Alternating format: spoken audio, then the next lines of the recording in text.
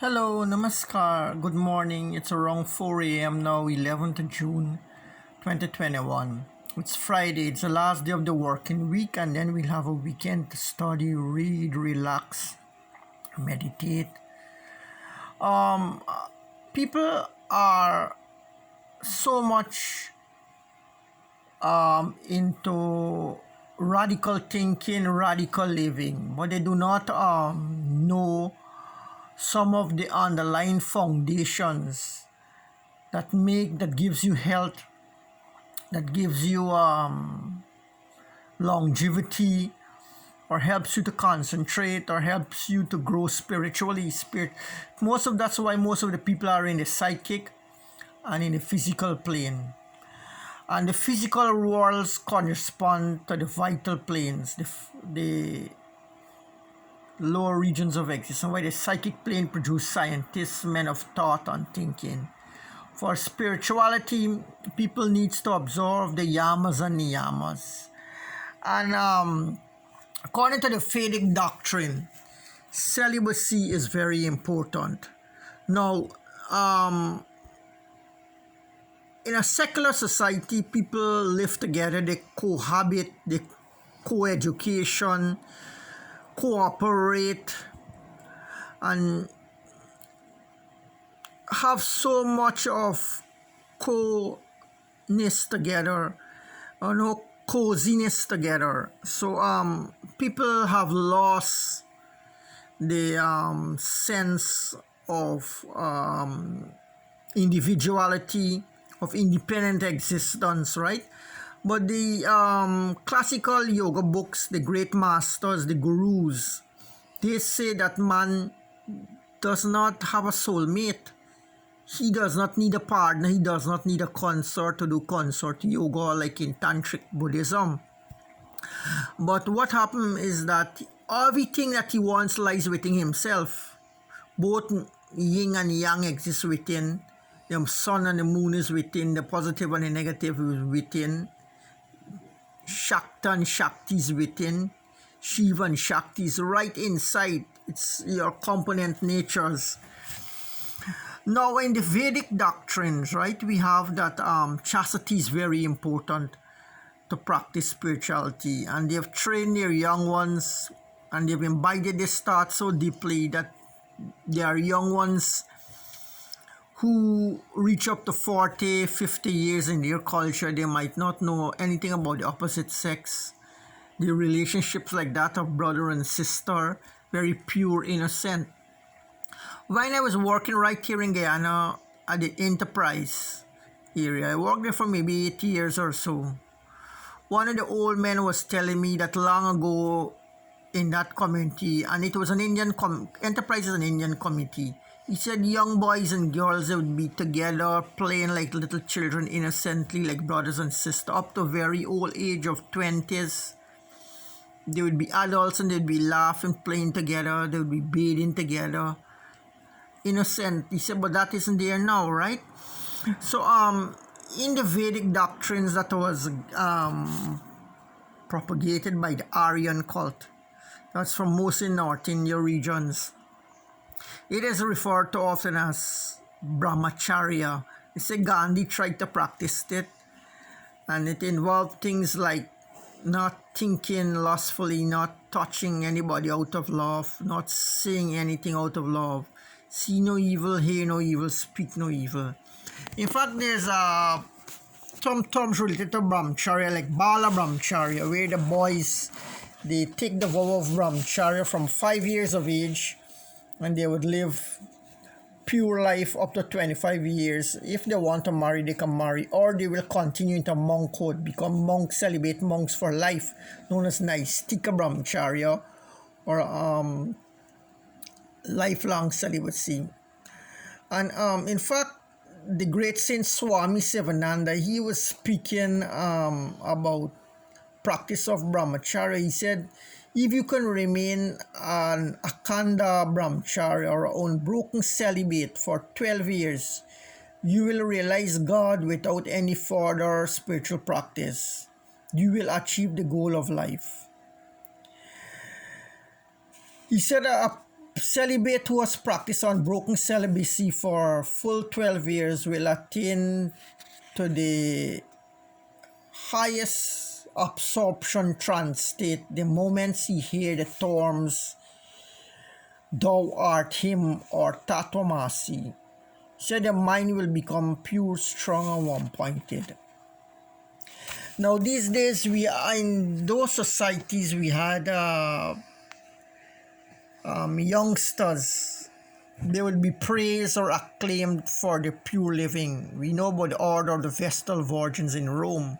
People, they were given special privileges. Young girls worshipped in a more, given great honor and luxury and riches to preserve their virginity. In the East, also in India, people, young boys and girls, they were praised or given accolades for preserving purity and goodness, for giving their life to study, penance, and righteous living. But what we see happening here today is that many young boys and girls at a very young age, their mind become polluted. They know already at marriage at a very young age, romance, material life, while in a material life. And this is very difficult, sometimes if you're leading spiritual life and people come into your zone who are grossly materialistic or wild, right? It's bizarre. It destroys your spirituality, destroys your balance, In Vedic culture, these people are categorized and they're separated from each other until they're ready or they're developed spirituality or pure enough. Right here, for example, you might come from a good family, pure, and you have these negative people enter into your zone, bringing all kind of bizarre thoughts and behavior, right? It's not the proper way for a certain category of people to be exposed or brought into this kind of situation. So back to the subject of celibacy, we had great people who achieve great heights in yoga. They say that leading a single life gives you more introversiveness, gives you more philosophical dimensions, and makes you more lofty in thought and more philosophical. Some of the great philosophers, they were single men, they lead single life. Now, it's not very easy to lead a single life either. People may become the mind that is kept under restraint might become rebellious. It might so you have to feed it with the proper food, vegetarian food, no onion, no garlic, no spicy food, no alcohol, no rotten food. Certain foods you cannot eat it, like mushrooms, garlic, onion, like white balanges. That's not so good. Spoiled food after 24 hours, fermented beverages, what you call penus, the force drawn milk from the newborn, from the mother, lactating mother. They say it's not good, and hearing I know we find people, usually the Hindus, they usually would take it. But if you want to do yoga, this force drawn milk is not good. So the celibate living is very good, right? And if you want to practice spirituality, there are 8 angles or 8 limbs that you must know, 8 practices, and you try to take them into your everyday life. But the Tantra Yoga, they say that it's a gradual process of sublimation. You should not hold back your thoughts, your feelings. You should not repress or suppress, but you should channelization in song, music, creativity, study, give the mind outlets where the energy can go, and this will help to control or sublimate or use the energy for higher purposes, service to mankind, for meditation, development. They say celibacy is the best practice to develop a strong body, and so that's much I can say for celibacy. And Here we have Sivananda saying again, true brahmacharya, get over the misery of mundane life and attain health, strength, peace of mind, endurance, bravery, material progress, psychic advancement, and immortality. One who has perfect control over the sexual energy attains power unobtainable by any other means. Therefore, dissipate not thy energy in sensual pleasures, conserve thy energy, do noble deeds and practice meditation. You will soon become a superhuman. You will commune with God and attain divinity. This is from the book by Sivananda, Practice of Brahmacharya. It's a very good book. You can try to get it. They have new editions selling on Amazon.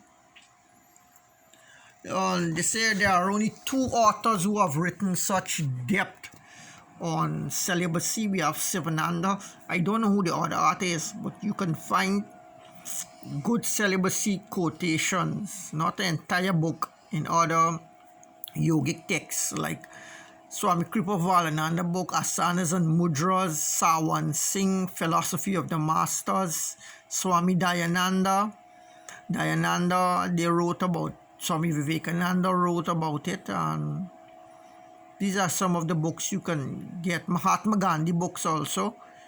So wish you success in your Vedic practices and tantric practices. Namaskar. Good luck.